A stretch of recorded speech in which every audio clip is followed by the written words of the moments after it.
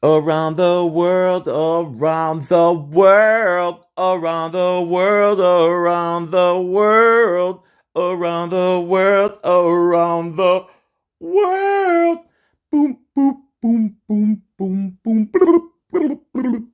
What up, everybody? How's it going? How's it hanging? How's it swinging? How's it flapping? I hope it's not flapping too much because I don't know why. This guy you're looking at here is, I guess, this is Audit the Audit. He has a Batosai hoodie on, a hat, and like a blue line mask. And his channel is called John Lang. He has the Audit emblem there. It seems like he started this whole channel just to rebut my video. And he makes some good points, but while making his points, he actually admits to a few things. And I'm going to give him credit for responding to me.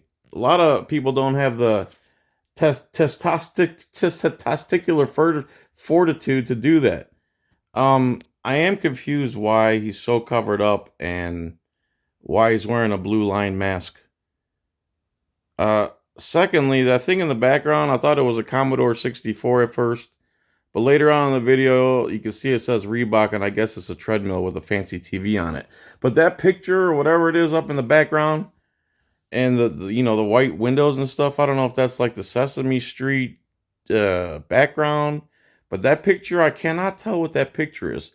I watched this whole video.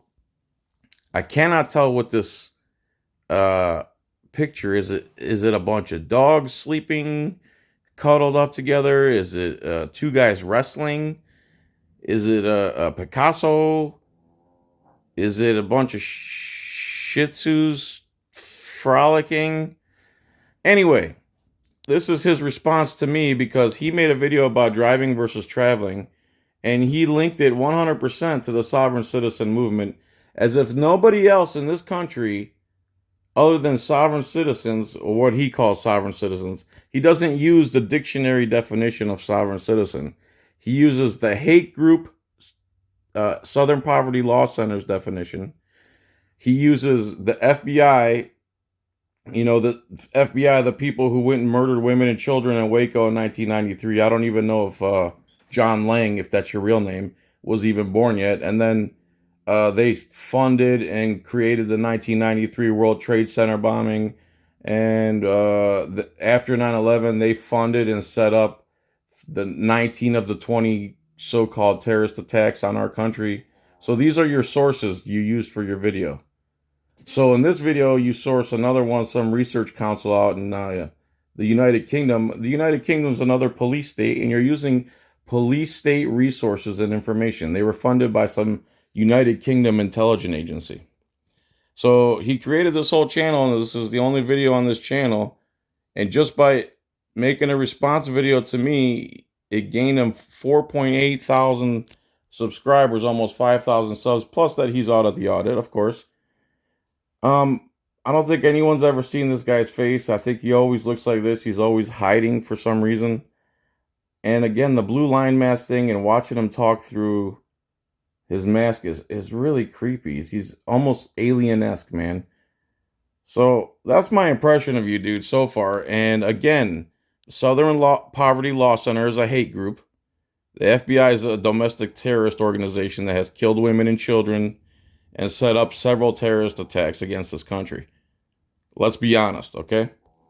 Hey community, John Lang here. Welcome to my second channel. Anyone know if this is his real name? And I hear that he used to be a cop or he's part of a cop community, because this isn't the original Audit the Audit guy. The first guy had to get surgery or something. Correct me if I'm wrong. Can expect me to post things like follow-up to ATA interactions, news stories, and maybe even interviews. All of the content posted here will be relatively casual and very different from what is normally posted on the main channel. If you're a subscriber to my Patreon content, then you are probably familiar with this format.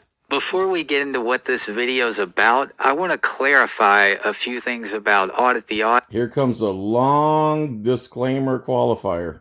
and its relationship with the auditing community. First, I am not. Its relationship is you've decided to make serious bank on all of our activism while not being an activist yourself.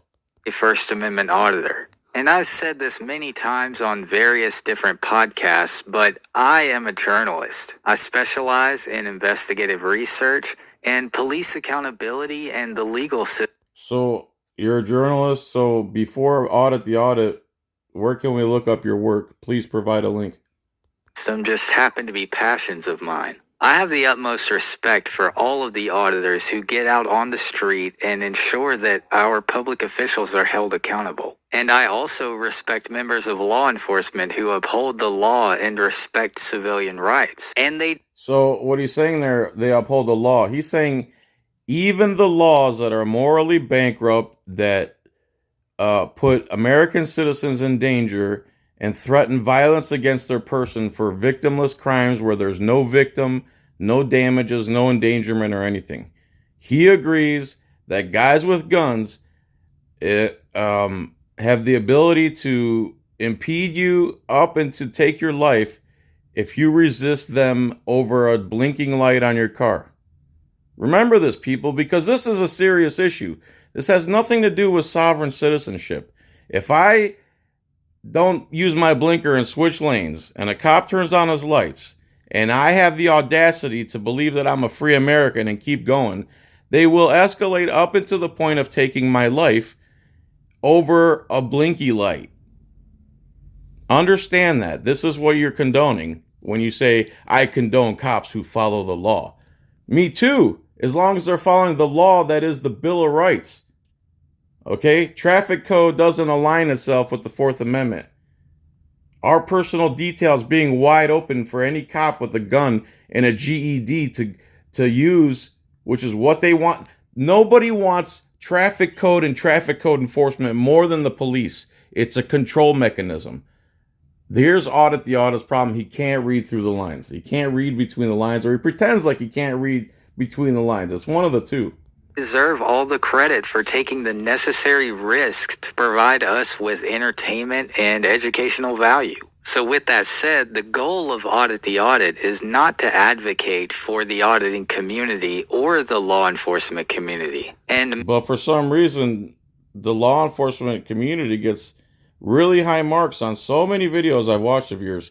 Even like I watched one where they kidnapped the guy off a street corner, went and dropped him off like 2 blocks away.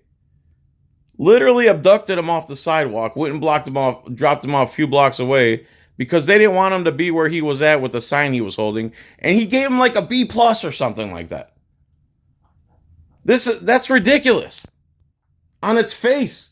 Many of the laws and legal concepts that are discussed on ATA do not necessarily align with my personal philosophy. But Audit the You give your opinion a lot, dude, more than you think you do.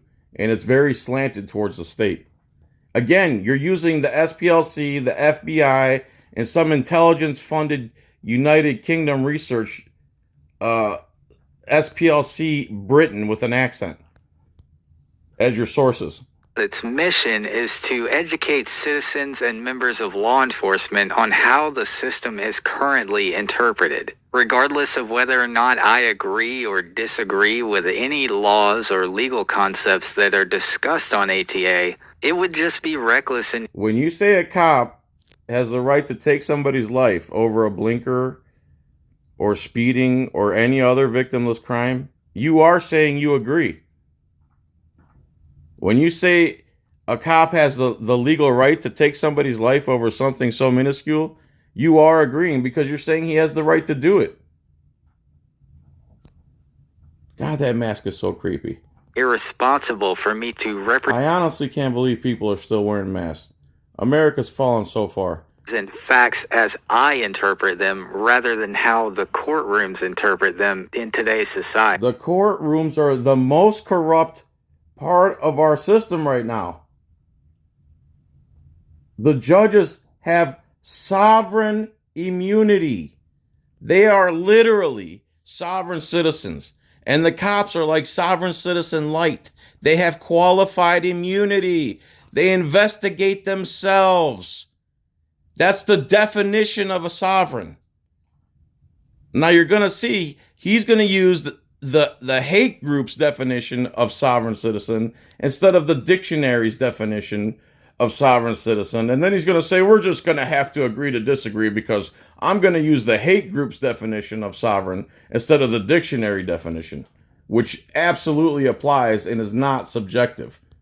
The point of ATA is to leave a viewer a little more informed about how a law or legal concept works. Not advocate for that law to be changed or promote a particular ideology. Here's where he's pretending to be an objective journalist. It's up to the viewer to decide whether or not they agree with those laws and draw their own conclusions about its constitutionality or ethicality. With all that said, the grading sections are my opinion, and I usually try to base that opinion on whatever information is presented in the video. Whenever anyone posts any opinions online, there's going to be some people out there who disagree with that. And I welcome any criticisms from anyone regarding my channel or my opinions that are Someone should go watch his gradings for several videos and do the average and see how much they weigh out for the citizen versus the cop.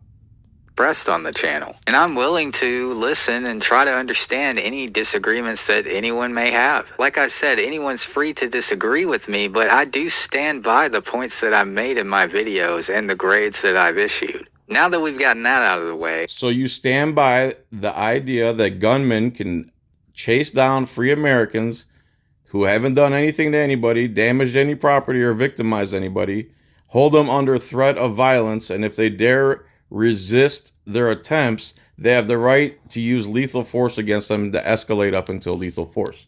You've made that very clear, that you believe police have the right to do that to American citizens. It was recently brought to my attention that a relatively prominent member of the auditing community named John Filax. I am so fat, and I need to stop cutting my own hair. Made a video discussing his disagreements with an episode of ATA that was posted on March 18th. Running ATA can be somewhat demanding, and I don't always have time to respond to every criticism. And initially, I didn't plan to respond. But this time I made a whole channel just for this instance. Free to have his opinion of my video. Like I said, it's a free country. But then I noticed that a lot of the comments on my video also shared similar sentiments. And I thought it might be healthy just to discuss some of the points that he made in his video, just to address everyone at once. So in this video, I'd like to offer some information that may read my crease, shed light on my views and opinions regarding sovereign citizens. And I'd also... Is that seriously a blue line mask? Honestly. Also like to address some of Mr. Filax's concerns directly. John begins his video with a list of criticisms that he commented on the original ATA video. Some of these points are largely subjective, but I will do my best to respond to each one as accurately and as thoroughly as possible. In his is that picture in the background a bunch of otters playing in the lodge they created out of sticks?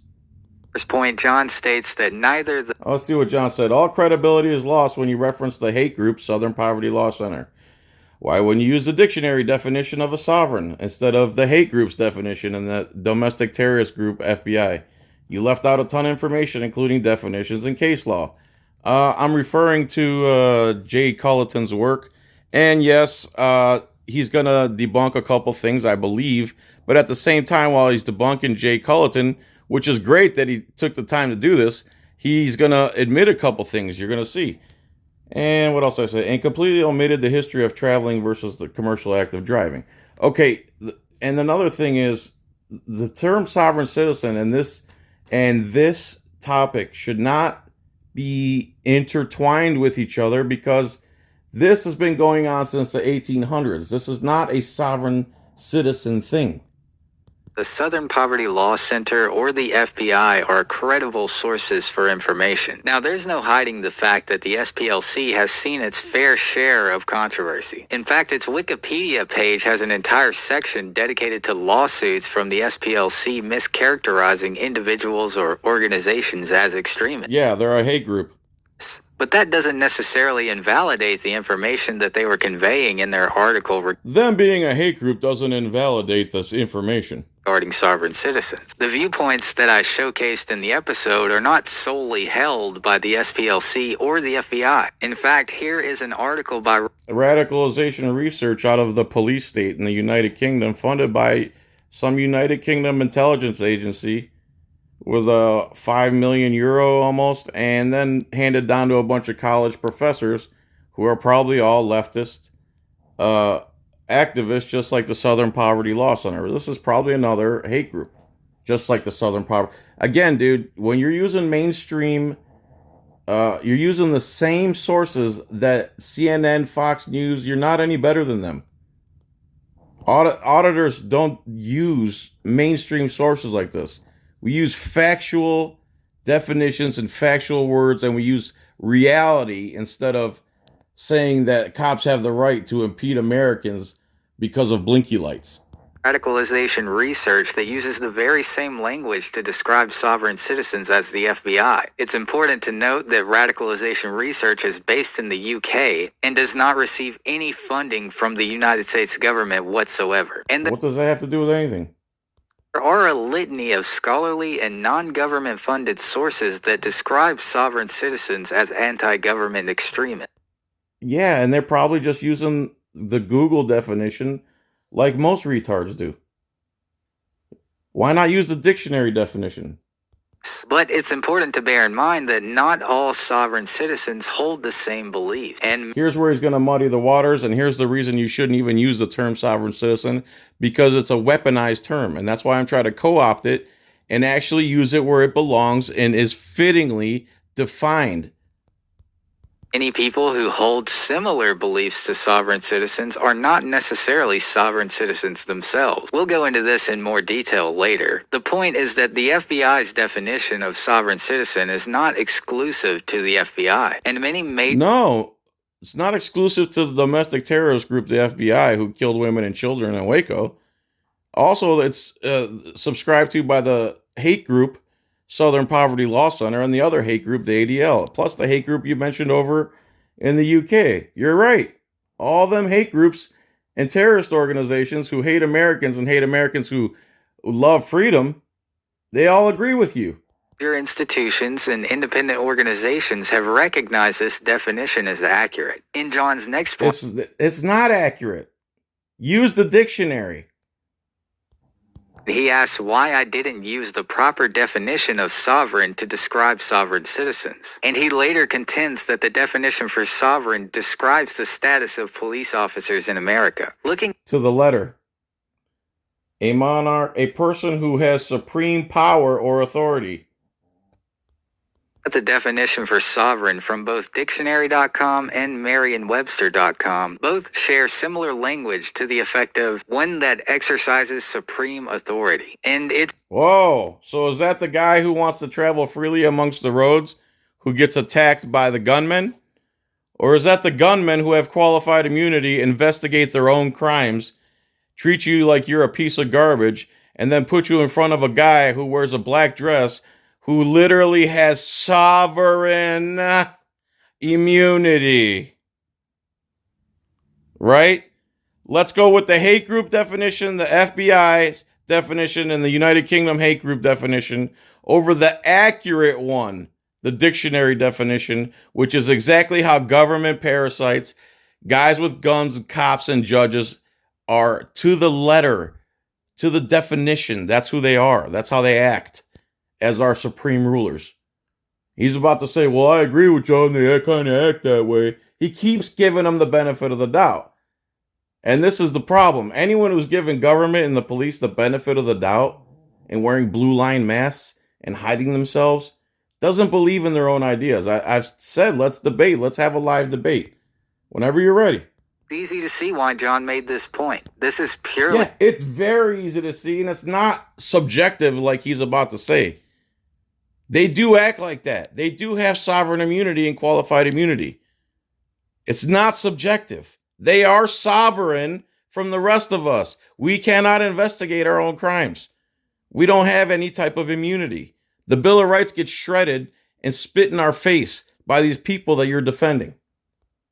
a subjective point, but it also happens to be one that I agree with. There are many situations. Also, he agrees that cops and judges are sovereign from the rest of us. Where police officers act as though they are operating within a sovereign capacity, detached from their oath to the Constitution and protecting civilian rights. Of course, I don't And I give him an A- for that. subscribe to the notion that all police officers and departments act this way, but there have been many. Oh, and so you haven't seen the 18 million videos from coast to coast of every single cop? It seems like they share the same brain. By the way, the Southern Poverty Law Center sends videos, and one of the videos features the guy who was in Waco, Jim somebody from the FBI, is featured in one of the videos talking about sovereign citizens. This is a hate group, ladies and gentlemen. And if you notice in all these audit videos, how many have you seen where just the guys recording on a sidewalk and refusing to ID, and the cops say, "Oh, I'm dealing with some sovereign citizens here"? It's a weaponized term created by a hate group. And there's no agreeing to disagree. You're agreeing with a hate group and another group that's killed women and children and denied it in court, even though there's video evidence of it. Episodes of ATA that illustrate that this is an issue. All that said, this is purely a subjective opinion, and there's just no. No, it's not. It's the dictionary's opinion. It's their actions and the dictionary defining their actions. You're using a term that's not even in the dictionary. Sovereign citizen is not even, it's created by the hate group. It's not even in the dictionary. It's a weaponized term created by a hate group to suppress anyone who goes against the narrative of the state. Let's be honest. Get that through your blue line mask. Functional basis for including that definition in the episode. I understand if there's no functional basis for including the actual definition of sovereign in the episode about driving versus traveling, which has nothing to do with sovereign citizens, yet he used a sovereign citizen to demonstrate that anyone who wants to be a free person in America must be a sovereign citizen. People disagree with that, and everyone is entitled to their own opinion. So let's simply agree to disagree and move on. No, I'm not moving on from we shouldn't be threatened with violence, even if we've done nothing to no one. I'm not going to move on from, if I'm not bothering anybody, damaging property, endangering anybody, I should be left alone. You can move on from that. I'm not moving on from that. I'd like to be a free person. I left out a ton of information, completely omitted the history of driving versus traveling, commercial act of driving, traveling versus driving. Millions of peaceful Americans don't want to be forced under threat to carry a government slave card or need paid permission to move about a free country. See, he didn't read that part. This is my last part of my comment, I believe. Well, part of it anyway. Millions of peaceful Americans don't want to be forced under threat to carry a government slave card or need paid permission to move about a free country. Because that is a radical idea, people. Being forced to pay to move about your own country in your own private conveyance. If that's not a radical idea in a free country, then there's no such thing as radical ideas. We'll address the next 3 points as we get into the video, but John goes on to make the point that millions of Americans share similar ideologies to sovereign citizens, but they are not sovereign citizens themselves. Like I said before, I agree with the sentiments of this statement, and that's certainly a part of my video that I could have improved. I did neglect to mention this distinction in the episode, and John has a valid point. My reasoning was that by defining sovereign citizens as a loose network of individuals, it would imply that the line between... No, it doesn't imply anything. It's a weaponized term used to oppress patriots and people who are pro-freedom, pro-guns, etc., pro-constitution. Police are actually trained to be scared of constitutionalists. There's videos where cops say, "What are you, some type of constitutionalist?" Being a sovereign citizen and not being a sovereign citizen was somewhat blurred. Nonetheless, I'm saying the word so many times it has no meaning, and I'm glad. It has no meaning. It's not a word. You're not even using the dictionary definition. And you have Sharpays making love on a picture in the background. Will own this mistake, and I should have been more specific about that in the episode. In the next point, John argues that I converted the topic of traveling versus driving into a quote-unquote hit piece instead of taking the time to do That's exactly what it was. a deep dive into the matter. It could be argued that every episode of ATA Nah, it couldn't be argued that. This is a deflection. is shorter than it should be. There are a wealth of legal topics to discuss with every police interaction. And every episode of ATA has the potential to be hours long. But the format of ATA is designed to give a surface-level understanding of any given topic, and hopefully inspire the viewer to take the time to do their own research and draw their own conclusions. It simply wouldn't be conceivable to explore all of the history and context behind the sovereign citizen ideology in one episode. No one asked you to look up the sovereign citizen ideology. You took that upon yourself. I asked you to cover driving versus traveling, or the private act of traveling versus the commercial act of driving. And you turned it into a sovereign citizen thing, citing a hate group, a domestic terrorist organization, and a police state group over in Europe, funded by UK intelligence. But this is a topic that I will likely discuss further in the future. In the meantime, I encourage everyone to do their own research into the movement and draw their own conclusions. The next few topics more or What movement? less express his opinion and reiterate the points he previously made. So let's take a look at the video he shared and explore the legal significance of its points. The video is something of a spoken essay presented by a gentleman named Jacob Culleton, who has a YouTube channel with 5 videos dedicated to similar content. Mr. Culleton also promotes a website, but it appears as though the domain has expired. In the video, The reason I used this video that I saw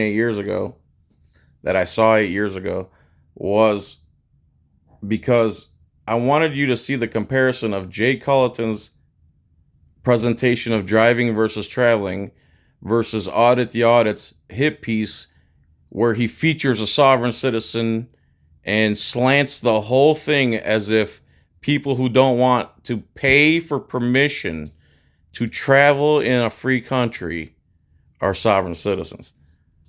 Jay Culleton doesn't say anything about sovereign citizens, and you're going to see that this has been ongoing since the 1800s, well before the term sovereign citizen even existed. Mr. Culleton references several different legal documents and resources, and I'm going to break them down as they come. In the first section of his video, Mr. Culleton refers to various different definitions for legal terms from a variety of different sources. To keep this organized, I'm going to take these definitions one by one and explain their context and validity. First, he cites the 1939 Ohio Court of Appeals case of City of Dayton v. DeBrosse, and quotes that the word motor vehicle is broader than the word automobile. The first thing to note about this case is that it is an appeals case from the state of Ohio, and the only legal significance that it bears is within that state. Not to mention... Okay, so while he is debunking this first thing, he's also admitting that within the state of Ohio, there's a difference between an automobile and a motor vehicle. That it is one of the many appeals courts within that state, so this opinion on its own is relatively meaningless at the national level or to... Relatively meaningless at the national level, and he keeps saying there's a distinction between the national level and state level, which is true, but at the same time, the idea is not about sovereign citizenship. It's about being able to travel freely amongst the roads we pay for without paid permission and gunmen impeding our freedom at will, because that's not America. Any other state outside of Ohio. And while the court did make a distinction between the phrase motor vehicle and automobile, it was referring specifically to its applicability to Ohio's motor vehicle laws, and not to the United States as a whole. And furthermore, the court went on to determine that the term motor vehicle, in this instance, was, quote, any vehicle propelled or drawn by power other than muscular power or power collected from overhead electric trolley wires. So as you can see, Mr. Culleton merely cherry-picked the DeBrosse case to make his point seem legitimate. And this is a I think he's right on that one. common pattern amongst those who subscribe to these beliefs. Mr. Culleton then goes on to cite 18 USC Section 31 for the definition for a motor vehicle. And while he does provide an accurate reference to the code, he is once again taking this code out of context. The code is defining a motor vehicle within the context of federal laws, and the private Now he's going back to the federal versus state again.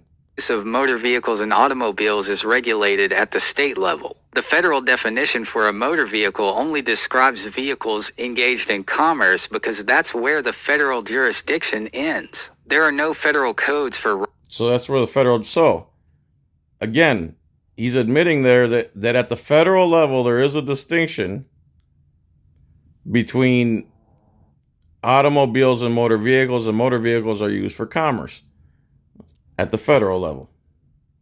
So I'm assuming that would mean if a semi-truck crossed state lines, it would enter federal jurisdiction as a driver, as a motor vehicle.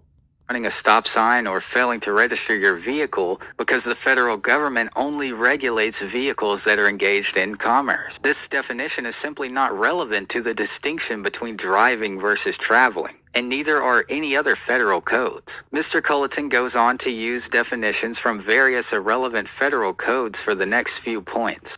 He goes on to use several irrelevant codes for the next few points. So he decides to skip over a bunch of stuff. I honestly don't remember what he's skipping over here.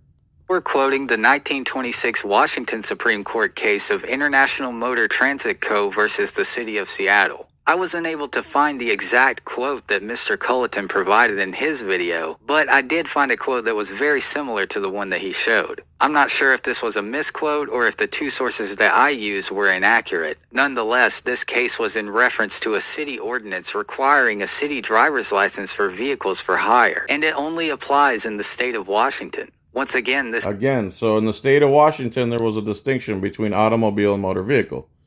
While he's debunking this guy in some points, he's admitting in other points that at the federal level, in Ohio and Washington, they've recognized that there's a difference between automobiles and motor vehicles.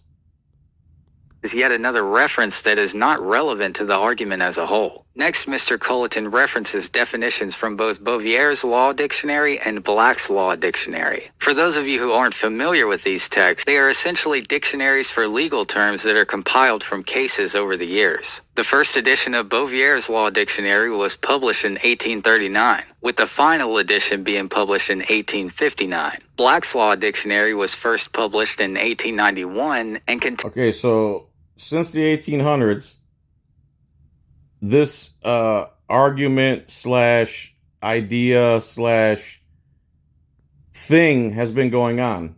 We're talking, 100 years before the term sovereign citizen was ever even created.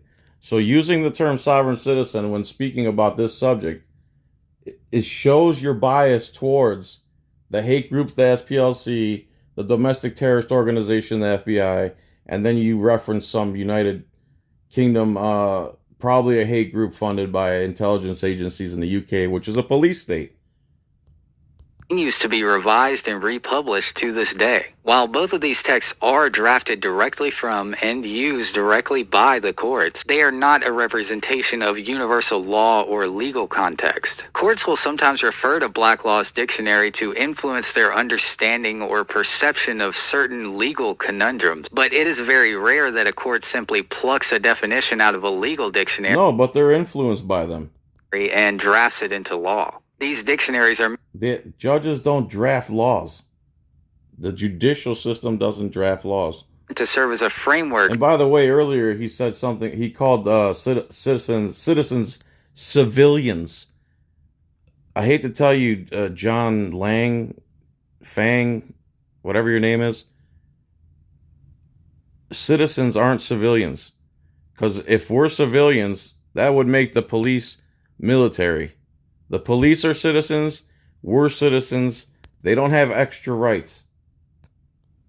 for how certain legal terms may be interpreted in certain circumstances. And what one legal dictionary defines as a motor vehicle may have absolutely no bearing on what a state statute or code defines as a motor vehicle. To most legal scholars, legal dictionaries only serve as a way to find citations or other useful information regarding a very specific circumstance or case. Useful information regarding a specific case, like driving versus traveling. Or at least that's the opinion of the senior fellow in constitutional jurisprudence at the Independence Institute, a guy named Rob Nadelson, who was also a You have to research the Independence Institute. Law professor for 25 years at 3 different universities. He has a blue line on his microphone.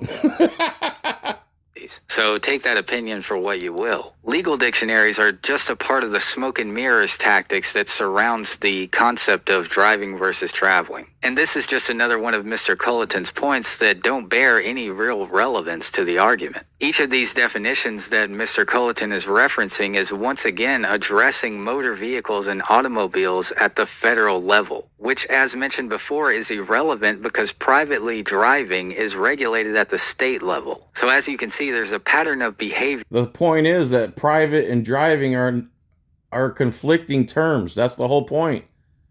Listen, millions of people would like to be able to travel the roads they pay for without paid permission or a slave card, and they don't want their freedom impeded by gun-toting men with GEDs or less. It's that simple. It's called common sense. Common sense. Doesn't matter what government parasites put down on paper. You're trying to say, well, it was written this way. And even if you're right, and you might be right for all I know, because I don't have the time to do this. I literally did this on the fly organically, a quick Google research about your United Kingdom police state hate group. And that was it. I didn't edit it like you're editing yours. I didn't put no fancy Rembrandt in the background above my treadmill. I don't even have a treadmill, let's be honest. With Mr. Culleton's thesis. And he goes on to cite many other cases out of context and reference definitions from legal dictionaries that are unrelated. Goes on to quote several other. He said he was going to go point by point. Now he's skipping big portions. To the grander argument. Reminiscent of the days of P.T. Barnum, the sovereign citizen belief system is very much Again, the sovereign citizen belief system. It's not a sovereign citizen belief system.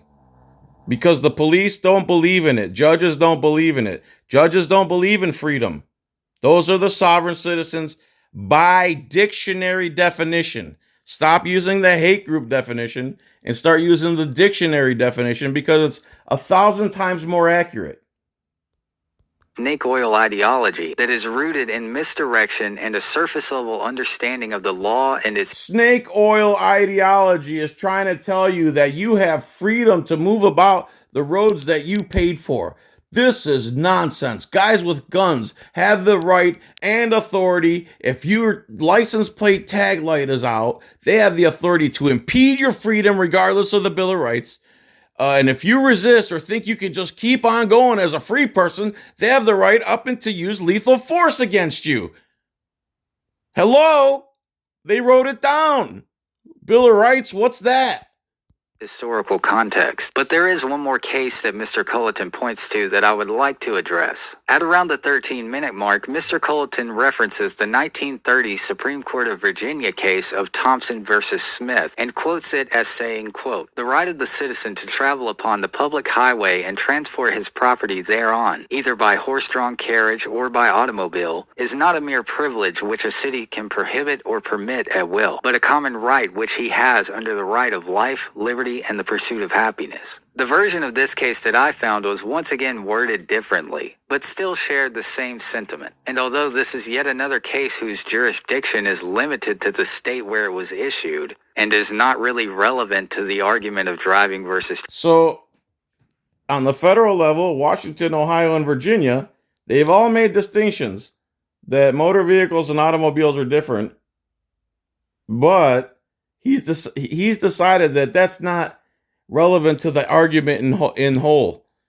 It was just like marijuana laws. One state or city or whatever passed it recreational, and then everybody's brainwashing started being broken, and they realized that marijuana isn't the devil's lettuce or whatever the hell they thought it was back in the day, reefer madness.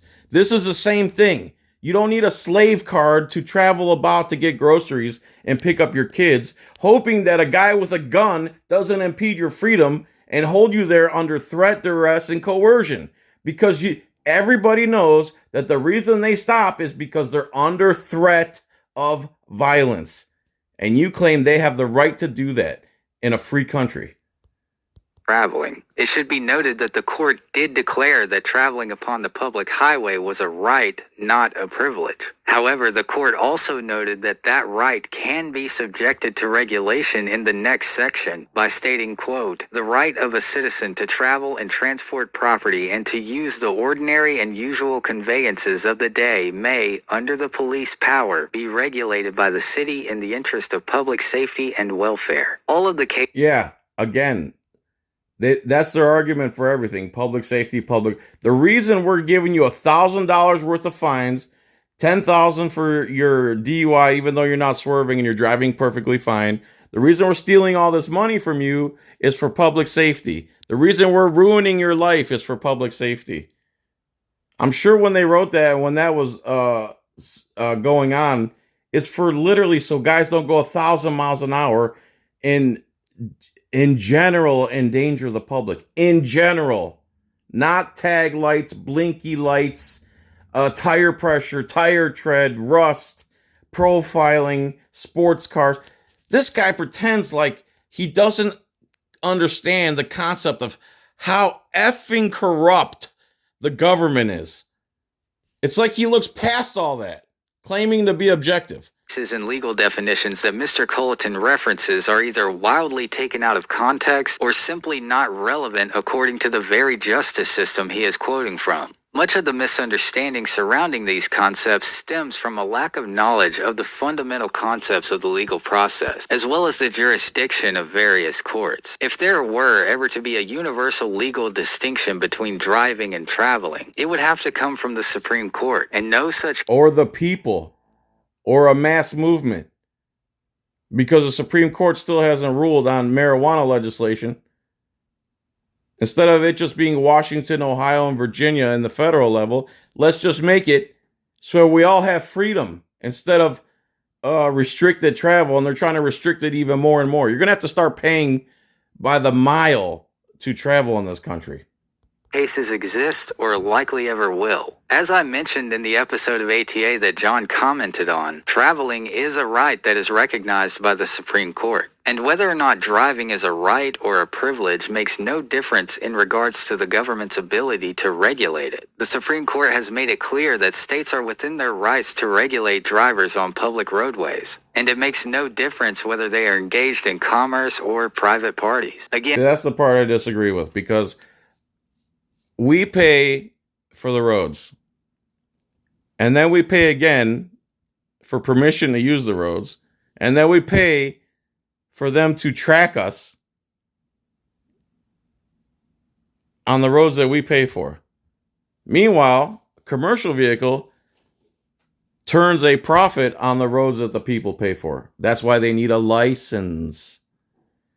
It makes perfect sense. A license is paid permission to do something you didn't have the right to do before. So you don't have a right to just go on the people's highways, cause all the damage to the highways, the wear and tear, and turn a profit. You need a license for that. You need to pay XYZ fines for that because you're engaged in commerce. It makes perfect sense. But when you're just a mom or somebody trying to pick up your kids from school or get groceries and you're not doing anything to anybody and you haven't endangered anybody, you should be free to move about in a free country. License, like a fishing license for a person, like one person, is complete nonsense. But if you have a boat and you're catching thousands of the people's fish out of the people's water, yes, you need a license to turn a profit on the people's land. It's an easy concept to understand, but for some reason, Audit the Audit believes that if your tag light is out, that a guy with a gun has the ability to impede your freedom, regardless of the Bill of Rights. Just quote the Bill of Rights, Fourth Amendment. A person shall be secure in their house's papers, persons, and effects which is your car, until it became a commercial vehicle with a commercial tag on the back and a commercial license. It's clear. It's clear what they did. You should be able to be a free person to travel amongst the highways you pay for, unless you're endangering somebody. If you're not endangering anybody, you should be left alone. And guys with guns shouldn't be allowed to do what they do. Your ideas ruin people's lives. My ideas are keep people safe from the government. Your ideas put people in danger from the government, and that's why cops kill 3 people a day. And they're not sovereign citizens. They're just citizens. And by no means am I saying that anyone who disagrees with certain aspects of the government are sovereign citizens. While a majority Sure sounded like that in your video. of this debate is riddled with nonsensical and, yes, pseudo-legal concepts, Pseudo-legal concepts like you rolled through a stop sign at 1 a.m, no one's around, you didn't endanger anybody. Now I have the right to impede your freedom against the Bill of Rights. I have the right to kill you if you try to escape from me and escalate it all the way up to lethal force. Now you have to go to court with the judge who has sovereign immunity and a cop who is the witness who has qualified immunity. You have no right to face your accuser as you have the constitutional right to face your accuser in court because there is no accuser, there is no victim, and there is no plaintiff in a traffic citation case. Another thing that just popped in my head that Audit the Audit forgot to mention. It's the witness, which is the cop, and the judge who works for the state, and it's the state versus you, and the judge works for the state that's versus you, and there's nobody there to represent the state most of the time, and there's never any victim or plaintiff to the crime. So, yeah, how about that one? I believe that there is merit to the idea that the act of driving is somewhat overregulated, and there is no You think?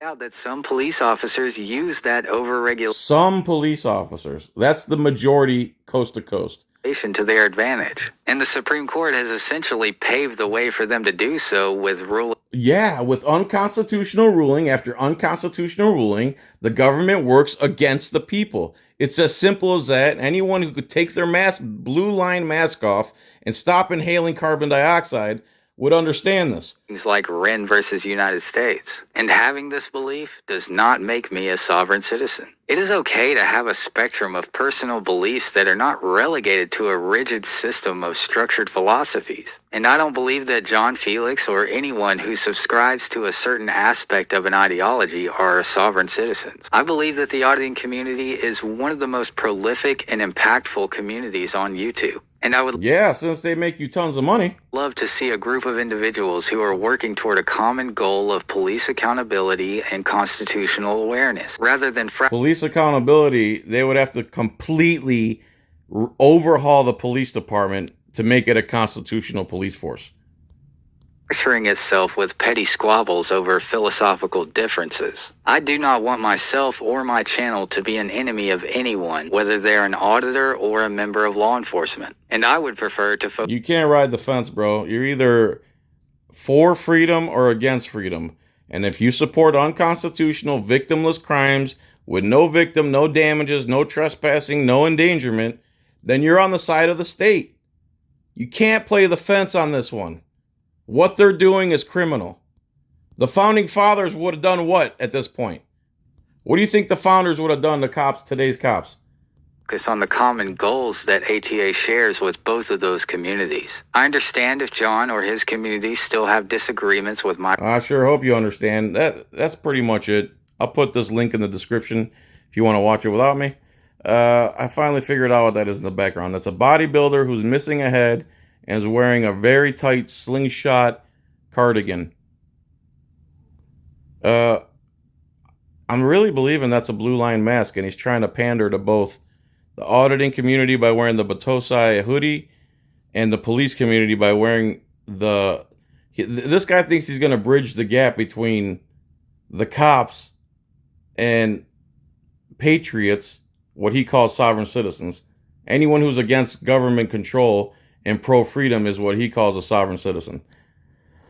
If you're going by the Southern Poverty Law Center, the hate group's definition, or the domestic terrorist FBI's definition. So there you go. There's John Lang. I don't know if that's his real name. He's also Audit the Audit. He's co-opted. He's trying to co-opt the auditor movement. And again, if you want to compare this guy to a real patriot and leave me out of it, compare what this guy says in his videos to what James Freeman says in his videos, and the difference between their actions and their beliefs. One of them's a patriot, I'll tell you that. All right, everyone, thanks for watching. I hope that clears things up. So you see, in several states, there is a distinction between automobiles and motor vehicles, and on the federal level. So what we need to do is start a movement where no more slave. We don't want any more slave cars, and we don't want to pay for permission to travel amongst the roads that we pay for. It's a radical idea that a free American can be impeded by a gunman over a plastic slave card or a blinky light. That is radical. That is a radical idea. All right, everyone. Peace, tranquility. John's Coin Rings. Have a good day. Bye.